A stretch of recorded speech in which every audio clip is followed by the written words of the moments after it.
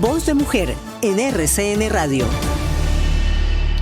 9:18 a.m. Nos acompaña hasta ahora la abogada María Victoria Fallon, directora del Grupo Interdisciplinario de Derechos Humanos. Es una organización que representa los casos de personas desaparecidas en la Comuna 13 durante la Operación Orión. Y es que hay noticia, porque la Comisión Interamericana de Derechos Humanos pasa el caso de Arles Edison Guzmán Medina, desaparecido el 30 de noviembre del 2002, a la Corte Interamericana de Derechos Humanos. Incluso dice la Comisión pues que aquí hay responsabilidad o habría responsabilidad del Estado colombiano. Abogada, gracias por atendernos. Muy buenos días. Yolanda, muy buenos días. Muchas gracias por interesarse en este tema. Claro que sí. Hablemos de Arles Edison. ¿Quién es Arles y cuál es su historia? ¿Por qué este caso en particular? Porque sabemos que son varios los reportes de personas desaparecidas. ¿Por qué es este caso particular el que está hoy en la mira de la Comisión y ahora de la Corte Interamericana de Derechos Humanos? Bueno, Arles Edison Guzmán era un joven de 29 años, casado, recién casado, llevaba 2 años. Él y su esposa Lucení trabajaban de día y de noche prácticamente en un negocio de pollos asados que tenían en el corazón del barrio 20 de Julio, en la Comuna 13. Y cuando sucedió la Operación Orión, pues después de que el ejército, la policía y las fuerzas conjuntas estuvieron los primeros días, después de esos 3 o 4 primeros días, el ejército y la policía quedaron apostados en la Comuna 13 y la comuna quedó en manos de los grupos paramilitares. Arles Edison fue buscado el 30 de noviembre, un sábado, en las horas de la noche. Estaba trabajando ahí en el negocio con su esposa, buscado por 2 paramilitares que llegaron a requerirlo porque tenía que ir a responderle unas preguntas al comandante. La esposa y las otras personas que estaban ahí no pudieron hacer absolutamente nada para evitar que se lo llevaran. Se lo llevaron y hasta el día de hoy Arles Edison sigue desaparecido. Su familia, su esposa y su familia fueron muy activos desde el primer momento en la denuncia de los hechos. Cuando ocurrió la Operación Orión, el grupo interdisciplinario, que nosotros antes éramos el Comité Permanente Doctorado Gómez, el grupo interdisciplinario llegó a unos acuerdos con el gobierno nacional para que viajara a Medellín una comisión especial del gobierno nacional a escuchar a las víctimas de múltiples violaciones de derechos humanos en Comuna 13. Dentro de eso llegaron los familiares de Arles Edison y la esposa de Arles Edison a hacer su denuncia y para nosotros siempre ha sido muy importante en el proceso de representar víctimas en el sistema interamericano la actividad de la familia, la decisión que tengan para afrontar todos los problemas que resultan pues de tramitar un caso en el ámbito tanto interno como internacional. Y pues la decisión de su esposa siempre ha sido supremamente firme. Eso dio lugar a que el caso de Arles Edison, entonces, después de un periodo de trámite interno que no dio ningún resultado, se pudiera presentar a la Comisión Interamericana de Derechos Humanos en el 2004. Abogada María Victoria Fallon, ¿qué grupo paramilitar concretamente se lo pudo haber llevado? Digamos, ¿había una estructura como tal, claro, que se conociera plenamente? Claro, estaba el bloque Cacique Notibara. Es que, de hecho, creo que la teoría más acertada que hay en relación con las razones del desarrollo de la Operación Orión y del asentamiento que hubo de ejército y policía y el permitir que los paramilitares quedaran prácticamente controlando la comuna es que la Comuna 13 fue el laboratorio donde se instalaron posteriormente los desmovilizados del bloque Cacique Notibara al mando de don Berna cuando se desmovilizaron posteriormente. Entonces tenían ya el control de comuna y allá fue donde incluso pusieron su casa legal, ¿cierto? De la Corporación Democracia. Allá estaban sus principales líderes. Entonces fueron miembros del grupo Cacique Notibara. De hecho, un paramilitar que ha sido casi un comodín en los casos de Comuna 13, porque todos los casos que llegan a la Corte Interamericana, este paramilitar termina aceptando responsabilidad por línea de mando. No solamente don Berna, sino otro, un mando medio, reconoció que efectivamente por línea de mando fueron los paramilitares del bloque Cacique Notibara los que se llevaron a Arles Edison.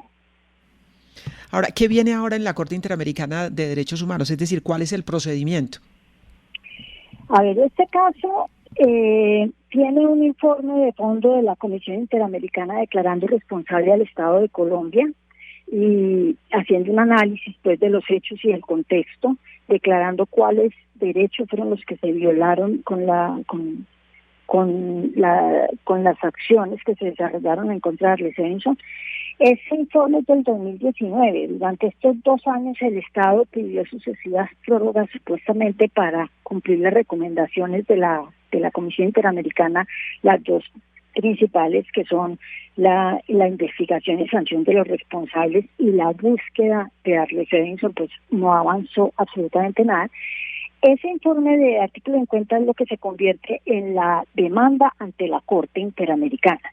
El resumen del comunicado de la Comisión Interamericana es muy claro en mostrar que estos hechos se enmarcan en el contexto de la Operación Orión y en la connivencia existente entre el ejército y los paramilitares en ese momento.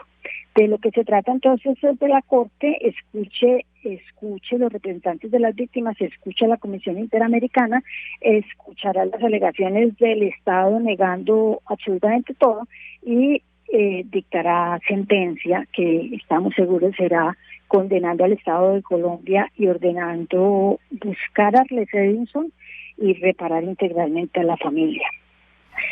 Claro. Decíamos que Arlie Stevenson... Sí, adelante, abogada. Este caso tiene una particularidad que sobresale, por decirlo de alguna manera, en relación con muchos otros de los casos de desaparición forzada que existen en Comuna 13, todos igualmente graves y que esperamos que cuando este caso salga de alguna relación con los demás desaparecidos que están en la escombrera. ¿Cuál es la particularidad del caso de Arlie Stevenson? Que en el año 2003, en enero, Arlie Stevenson lo desaparecieron el 30 de noviembre del 2002. En enero del 2003, la familia de Arlie Stevenson logró conseguir de parte de a través de un conocido, en fin, por cadena pues de personas, se logró conseguir un mapa, un croquis, señalando en qué parte de la escombrera había quedado enterrado Arlie Stevenson. Ese mapa, ese croquis fue entregado a la Fiscalía en ese momento. En el año 2007 nosotros solicitamos por primera vez a la Fiscalía que tomara medidas de protección en relación con esa zona para evitar que se siguieran tirando escombros encima de los cuerpos de los desaparecidos y la Fiscalía se negó. También se lo pedimos a la Alcaldía de Medellín como la responsable del manejo de la escombrera. También se negaron, ¿sí?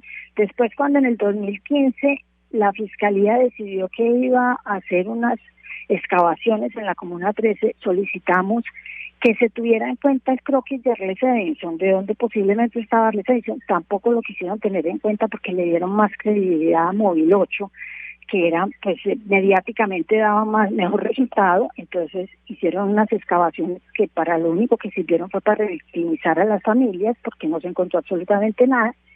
Y ahora, pues, la esperanza que tenemos está en que la JEP hizo un cerramiento en la escombrera. No sabemos aún si el lugar donde probablemente esté Arlie Stevenson sea parte de ese encerramiento. Estamos esperando a que la JEP nos responda a una solicitud para hacernos parte en esas medidas de protección que ordenó la JEP sobre ese terreno.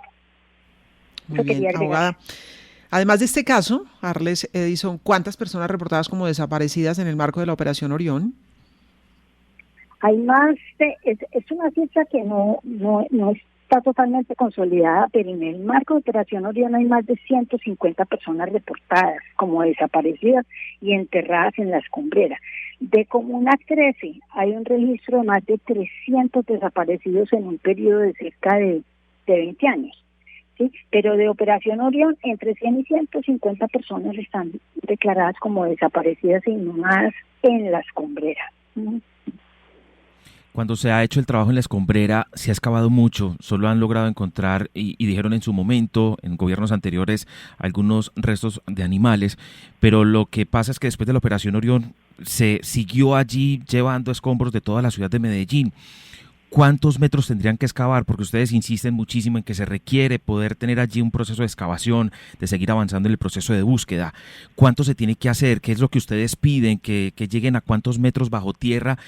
¿O qué es lo que ustedes están esperando que se pueda producir para poder hallar a las personas y a los restos de las personas que pudieran estar allí enterradas? Bueno, ahí hay un elemento y es que los técnicos forenses, los antropólogos forenses han manifestado que se requiere un plan de búsqueda que tenga en cuenta cuál es el plan de relleno que ha tenido la escombrera durante todos estos años. Porque esto no es como que, digamos, los camiones van subiendo y les dicen simplemente, vaya, tire allá en ese hueco. No, las escombreras tienen una planificación y una forma de ir haciendo los rellenos que son indispensables para poder hacer un plan de búsqueda, ¿sí? Eso hasta donde yo tengo conocimiento, a no ser que haya ocurrido, digamos, en las últimas 2 semanas, pero hasta donde yo tengo conocimiento, eso no ha sido posible obtenerlo. ¿Cuántos metros? No sabemos. Usted sabe que una volqueta de escombros pueden ser más o menos 5 toneladas, 10 toneladas, y cada vez que una volqueta sube, ahí se están hundiendo más los restos de las personas, ¿cierto? Entonces nosotros no sabemos realmente cuántos metros hay que cavar hacia abajo, pero sí sabemos que existe la suficiente tecnología para que se estuvieran haciendo cosas que no se han hecho. Y lo que se ha hecho mal hecho porque ha sido más un interés mediático que otra cosa. Lo del 2015 fue terrible porque nunca tuvieron en cuenta los contextos de las denuncias que habían hecho las familias en relación con las posibilidades de dónde podían estar sus seres queridos, sino que solamente se tuvo en cuenta la versión de un paramilitar para tomar esa decisión de cómo demarcar el polígono que se trabajó en el 2015 y que generó una grandísima frustración en todas las familias. Lo que pensamos es que tiene que haber un plan de búsqueda serio, ¿cierto? Y los recursos necesarios para que efectivamente ese plan de búsqueda de alguna respuesta a las familias. Creo además que es muy importante que las familias sean enteradas de manera adecuada sobre las posibilidades técnicas, sobre las posibilidades de encontrar, no encontrar, pero es que no, hasta el momento ninguna autoridad ha sido lo suficientemente responsable en relación con la información que se le provee a las familias. Y en el caso particular de Arles Edinson, pues la situación ha sido gravísima, porque desde el 2003 se ha pedido que se intervenga a un sitio muy concreto y no se ha logrado que se haga absolutamente nada. Bueno, veremos ahora qué pasa con este caso en particular en la Corte Interamericana de Derechos Humanos. Doctora María Victoria, gracias por acompañarnos esta mañana. Gracias a ustedes por acompañar a las familias de las personas que tienen seres queridos desaparecidos.